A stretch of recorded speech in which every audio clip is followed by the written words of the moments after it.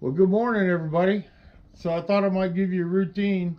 This is just 2 days after my surgery of full hip replacement, and I'm going to get out of my chair, get up to my walker, and I'm going to go out on the front porch. Okay, All right, you got me? it's on. You keep looking. It's rolling. Okay, here we go.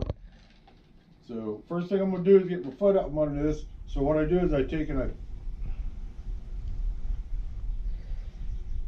pick up.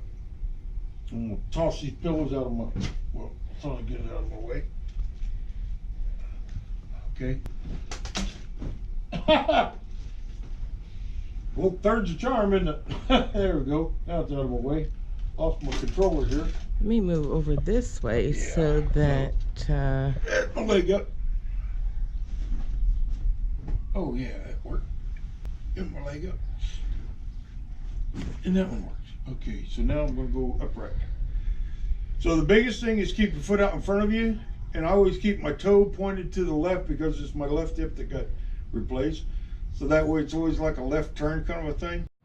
Okay, I'm gonna try to get up now. Okay, so I'll try to keep you in the picture. Here we go. So you get your hand behind you so you don't go past 90 on that hip. You come, put pressure on the good leg.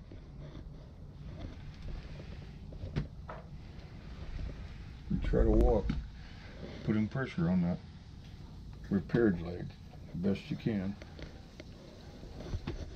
And so pick your walker up, get her inside, get her good and stable. Make sure you got everything situated when you come up on that good leg.